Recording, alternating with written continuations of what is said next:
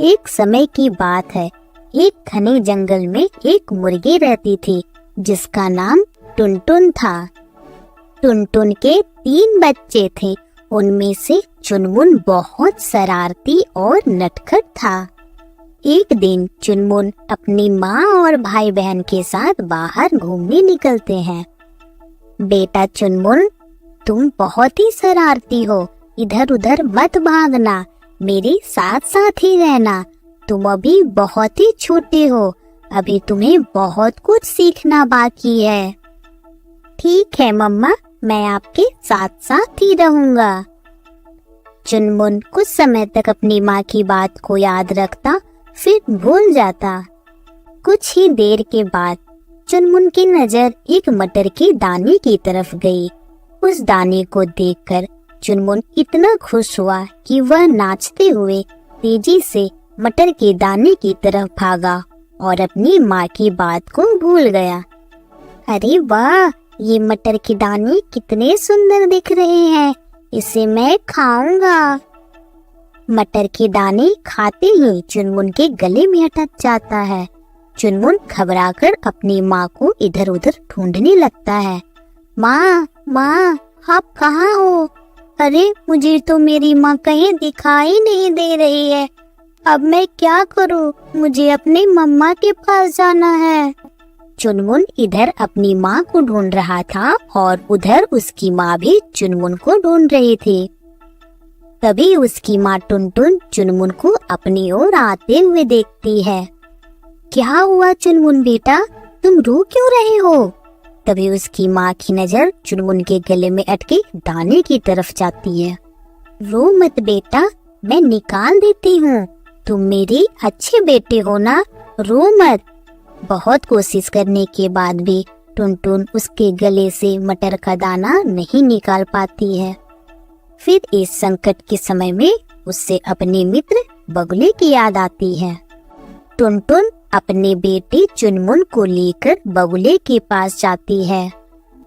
टुनटुन को देखकर बगुला बोलता है, अरे मित्र, तुम यहाँ, और ये चुनमुन इतना रो क्यों रहा है?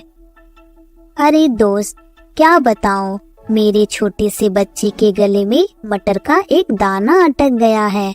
मैंने बहुत ट्राई किया पर मैं निकाल नहीं पाई।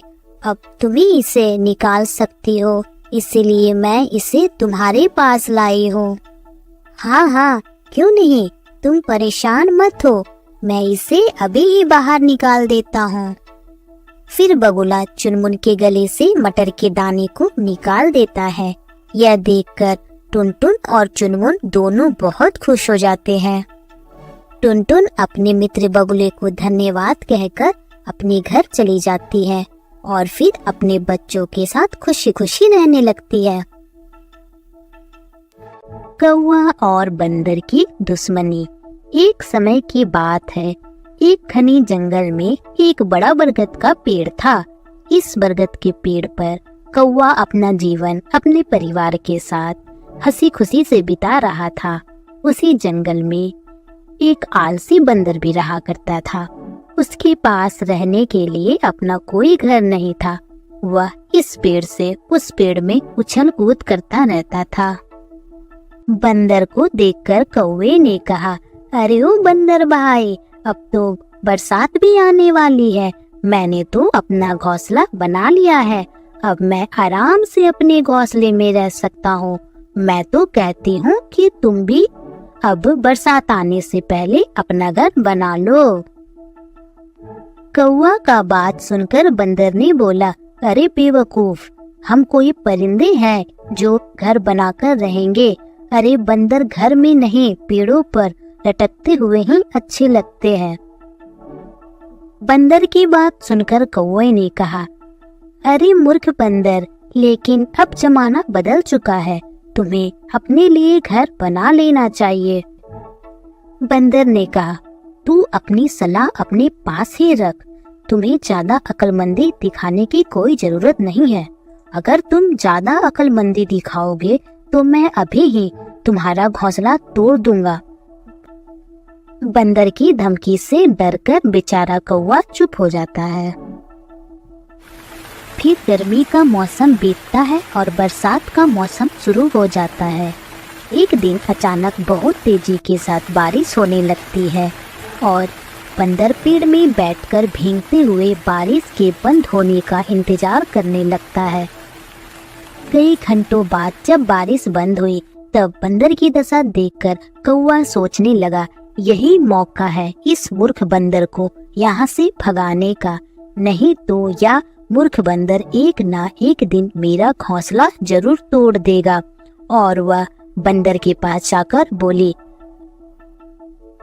अरे ओ बंदर भाई, इसीलिए मैंने आपको घर बनाने की सलाह दी थी। आज अगर आपके पास घर होता तो आप वहाँ आराम से रह सकते थे। मेरे पास एक आइडिया है, जब तक बरसात खत्म नहीं होती है बगल वाले जंगल में एक गुफा है, आप वहीं रह लो। बंदर कौवे की बात सुनकर खुश हुआ और वह बोला, बात तो तुम सही कह रही हो, ठीक है मैं अभी ही चला जाता हूँ, नहीं तो फिर से बारिश शुरू हो जाएगी। बंदर गुफा की तरफ बढ़ता है और जब गुफा को देखता है तो बहुत खुश हो जाता है और वह सोचने लगता है, यह गुफा बहुत ही अच्छी है, अब मैं यहाँ आराम से रह सकता हूँ। बंदर गुफा में घुसकर आराम करने लगता है। उसी समय अचानक गुफा में शेर आ जाता है और बंदर को खा जाता है। इस कहानी में बंदर को बंदर की अपनी मूर्खता की सजा मिलती है।